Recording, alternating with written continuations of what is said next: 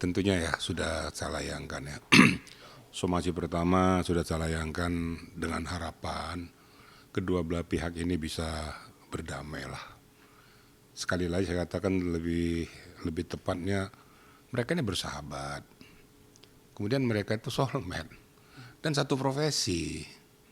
Nah, saya kan nggak berharap mereka saling menjatuhkan. Itulah upaya saya sebagai lawyers ya. Saya nggak serta-merta mau mengikuti supaya harus begini, harus begitu, enggak. Saya sebagai manusia biasa harus mencoba untuk menyatukan kembali. Nah, ternyata dalam perjalanannya ini ya tidak ada respon, belum ada respon lah saya katakan katanya. Nah, tentu batas waktu yang sudah saya berikan 3 kali 24 jam, ternyata nggak ada respon yang saya layangkan somasi yang kedua. Jadi sudah berjalan nih, kemarin saya layangkan. Nah, dalam somasi yang kedua ini intinya kembali sama sebenarnya ya. Intinya itu bagaimana supaya kedua belah pihak itu tetap merajut persahabatan, persaudaraan kembali. Tentunya saling memaafkan lah gitu. Nah, saya juga nggak mau sepihak ya, saling memaafkan lah. Saling menyadari dan saling introspeksi. Nah, kan no one to be perfect ya, nggak ada yang sempurna. Nah, di sini punya kekurangan mungkin, di sini juga mungkin punya kekurangan. Kalau disatukan itu kan jadi perfect jadinya. Nah itu per kapan mungkin Pak untuk melayangkan somasi kedua per tanggal Kemarin saya layangkan. Nah, tentunya saya tunggu 3 hari berikutnya. Kalau dalam kurun waktu 3 hari berikutnya juga belum ada tanda-tanda untuk penyelesaian kedua belah pihak, ya tentu saya akan melakukan jalur penegakan hukum. Nah, tentu membuat laporan polisi pengaduan nanti saya buat di Bareskrim tentunya. Karena kan lokus deliktinya kan di Bali. Nah, nanti di Bareskrim saya akan buat, tentu di dalam produk itu ada beberapa hal yang ditabrak atau dilanggar yang bersangkutan, itu nanti yang kita sampaikan kepada SPKT dan juga akan ditelaah oleh penyidik. Nanti kita serahkan pada penyidik undang-undang mana yang paling tepat untuk menindaklanjuti permasalahan ini. Tapi dengan catatan satu, walaupun ini sudah berjalan, kembali lagi saya katakan, saya nggak mau tetap bermuara harus pengadilan. Siapa tahu di dalam perjalanannya ada restoratif justice. Ya, kedua belah pihak saling menyadari perbuatan ini akan bisa dilakukan jalur perdamaian. Itu mungkin yang bisa saya lakukan untuk tahap-tahap ini. Oke Pak, tapi apakah sudah ada upaya lain selain melayangkan somasi gitu? Artinya kan memang dari pihak sana belum ada respon Pak. Apakah memang berusaha juga untuk mengkontak pihak sana atau seperti apa Pak? Kalau bagi saya ya nggak mungkin saya kontak ya. Tapi saya berharap kuasa hukum yang bersangkutan juga melakukan hal yang sama lah ya. Bila penting berkoordinasi dengan saya. Bagaimana cara menyelesaikan dengan baik? Tentunya saya berharap juga soft, di sini juga soft. Jadi tidak semata-mata harus menampung apa yang disampaikan oleh klien kita. Kita harus bisa menyaring, menganalisa, terus mengambil suatu langkah yang terbaik tentunya. Tidak serta-merta apa yang dilakukan oleh klien itu permintaannya harus saya penuhi semua, enggak. Nah, saya kan mempunyai suatu hak untuk memberikan penjelasan kepada klien saya, supaya dia juga menyadari jangan terlalu vulgar juga. Nah, termasuk juga ya Dewi Persik juga ada begitu. Jangan juga terlalu vulgar juga, gak udahlah, saling ngerem diri lah, saling batasi diri. Kan nggak ada yang sempurna, sudahlah. Nah, kalau sunahnya sudah dapat dirajut kembali, mereka berbaikan kembali kan sudah aman, nggak ada masalah. Nah dari pihak sana kan bilang kalau Indasari ini tuh pansos Pak. Ada tanggapan Pak dari pihak lawyer? Kalau itu nggak benar ya, nggak benar. Ini perlu saya garis bawahi, apalagi menyangkut dikatakan bahwa Indasari ini caleg. Saya sampaikan kebetulan, saya juga caleg juga, saya caleg DPR RI. Ya. Indasari itu caleg di DPRD provinsi, tandem saya. Pada saat itu mengeluh dengan permasalahan ini saya tampung, saya berikan jalan keluar. Saya berharap tolong siapapun itu, nggak ada hubungannya dengan pencalekan.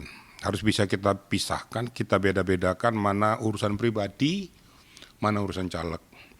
Jadi yang dilakukan itu bukan pansos. Ya, dia mengeluarkan keluhan hatinya ya wajar-wajar saja, manusiawi kan. Ya, termasuk juga Dewi Persik mengeluarkan isi hatinya itu manusiawi aja. Nah, tinggal faktor pembenarannya itu di mana nanti kan kita uji, gitu loh kira-kira.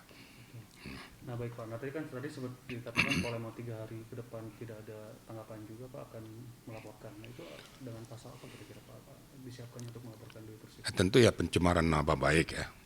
Nah, kita kenakan juga, kita mengambil undang-undang ITE ya. Tapi nanti tepatnya setelah kita sampaikan itu, nanti yang menentukan yang paling tepat untuk penerapan pasalnya kan penyidik. Saya ini kan mantan penyidik. Jadi nggak bisa dipaksakan pelapor itu untuk memaksakan pasal yang diharapkan sama dia. Nah, nanti penyidik kan akan menganalisa nanti, oh cocoknya ini dikenakan pasal sekian, atau oh laporannya ini belum cukup bukti, atau belum bisa untuk diangkat menjadi ranah penyidikan. Itu nanti kan penyidik nanti. Nah, jadi kita nggak bisa memaksakan, saya harus memaksakan pasal sekian, nggak bisa. Itu kewenangan penyidik di situ. Gitu ya. Mengenai katanya kabarnya dari pihak Ruli sendiri katanya akan memberikan laporan juga kepada Indasari. Nah, itu ada Itu silakan saja, itu kan hak seseorang. Tinggal faktor dia memberikan atau membuat laporan polisi itu punya dasar dia. Ya, silakan saja dasarnya apa ya, hak dia. Kalau memang tidak sesuai dengan fakta apa yang dia rasakan, yang dia lihat, yang dia alami, ya monggo-monggo saja. Kan kita juga nggak memaksakan isi hati seseorang, kan gitu. Silakan saja. Nah, kalau saya berpedoman tetap kepada itu, berpedoman kepada kita manusia biasa yang tidak luput dari bermacam kesalahan. Nah, jadi nggak usah pasang adu otot lah. Adu otot untuk menyelesaikan masalah kan nggak baik juga. Nah, kalau di dalam pokok permasalahan, saya kan sebagai laki-laki, kita laki-laki, ya kita harus gentle, harus jantan, harus berani mengatakan A itu adalah A. Jangan A itu jadi B untuk mengajuk hati orang. Tuh saya juga kurang demen juga tuh, kurang suka juga tuh. Nah, kalau jadi laki-laki ya kesatria lah. Kalau memang enggak, kalau iya. Kalau memang faktanya ada di sana, memang ada, sampaikan saja iya, memang ada. Nah, buktinya kan ada.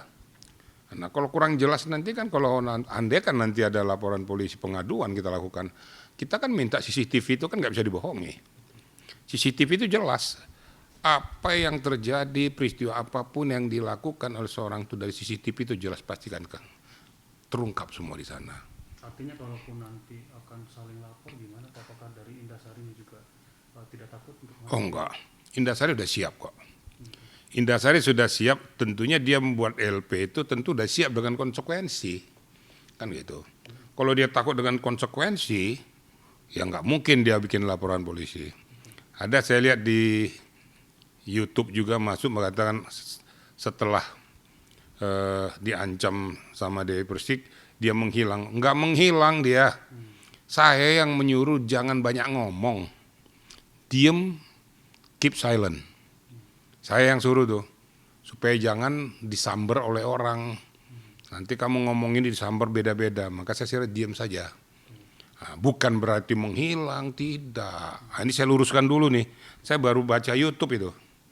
Dikatakan setelah Indasari diancam dia menghilang.